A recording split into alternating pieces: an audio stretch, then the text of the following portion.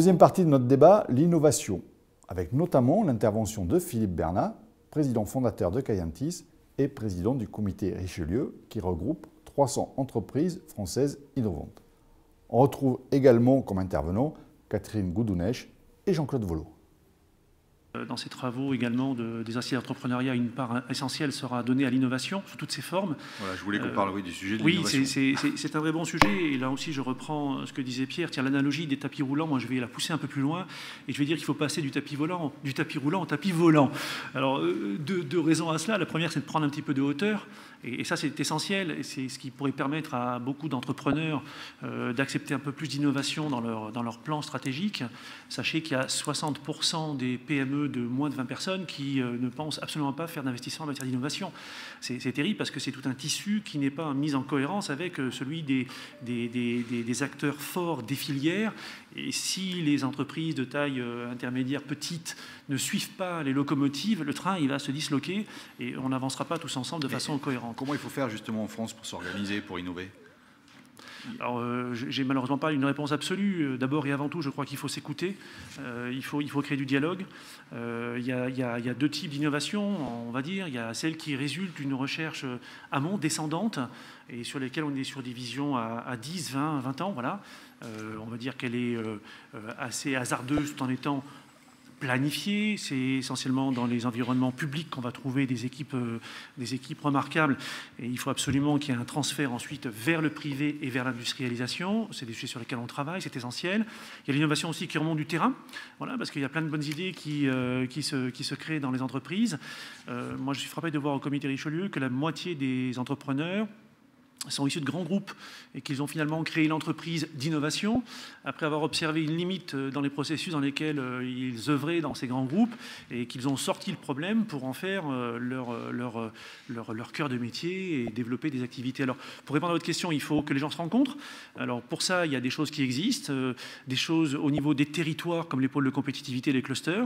Il faut les encourager. Il faut juste maintenant arrêter de rester dans une logique de financement de projets collaboratifs et plutôt financer des produits collaboratifs. La différence dans un cas, c'est qu'on fait un projet qu'on ne vend pas, et dans l'autre cas, un produit se vend. Vous parlez des pôles de compétitivité, mais justement, ils devaient servir à faire les Google français. Alors, on n'a pas de... Si, il y a Cap Digital, qui est un pôle de compétitivité structuré. N'oubliez pas que les pôles de compétitivité sont organisés aujourd'hui autour de filières. Ces filières sont des filières en général incarnées par un acteur industriel de premier rang. L'informatique est plutôt un écosystème, puisque nous n'avons pas en France un acteur industriel de premier rang en informatique. On a beaucoup d'acteurs différents sur des domaines différents, mais contrairement à l'aéronautique ou l'automobile, on n'a pas un acteur de leader d'une filière qui structure derrière lui tout un tissu industriel de TI et de PME.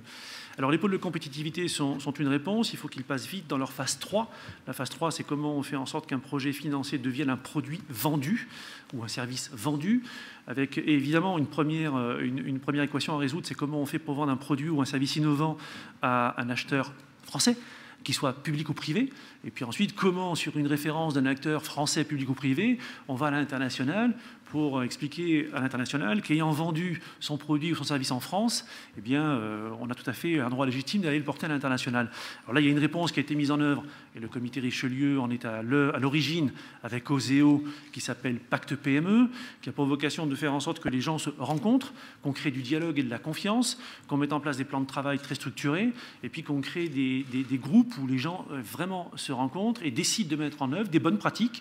C'est très volontaire, c'est pas réglementaire. On insiste sur le fait qu'on ne cherche pas à mettre une réglementation et un cadre législatif dans nos pratiques. C'est uniquement sur la base d'émulation, sur la base d'une notation inversée, c'est-à-dire que ce sont les PME qui notent la confiance qu'ils ont et la qualité de travail qu'ils ont avec leurs grands groupes.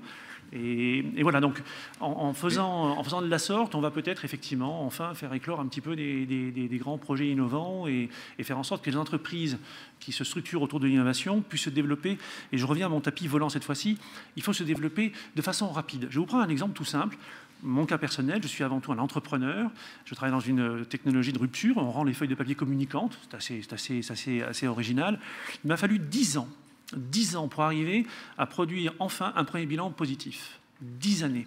Je suis convaincu que dans d'autres pays, il m'aurait fallu 3 ans, il m'aurait fallu 4 ans.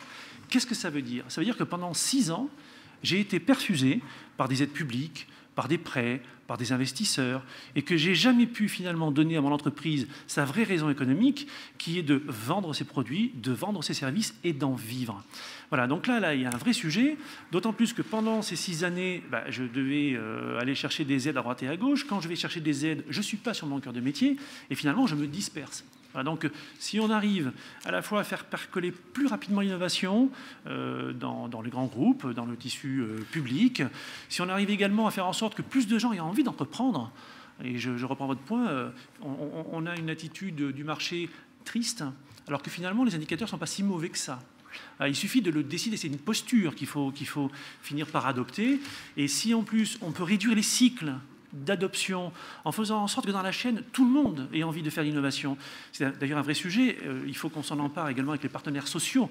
Il faut que les syndicats soient à l'écoute, parce qu'une innovation dont les salariés ne veulent pas, vous faites ce que vous voulez, elle ne rentre pas. Et aujourd'hui, je ne suis pas sûr d'entendre chez nos partenaires syndicaux des discours très marqués sur « messieurs les entrepreneurs, les dirigeants, les patrons, innover », parce que si on n'innove pas, on ne s'en sortira pas. Alors dès lors qu'on aura fait tout ça et qu'on sera capable d'aller beaucoup plus vite dans les cycles d'adoption, on aura une économie qui sera beaucoup plus intéressante, rentable et motivante. Je vois que vous êtes passionné par l'innovation. J'avais une dernière question. Pour innover, il faut de l'argent. Oui. Et j'ai vu que le comité Richelieu avait organisé une enquête où 20% seulement des PME ont eu la visite de leur conseiller bancaire. Oui.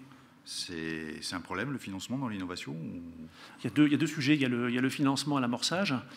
Et là, encore une fois, cette année sera une année, je pense, assez noire, parce qu'on a bien compris qu'être investisseur privé était maintenant un métier à haut risque, en tous les cas pas du tout rentable.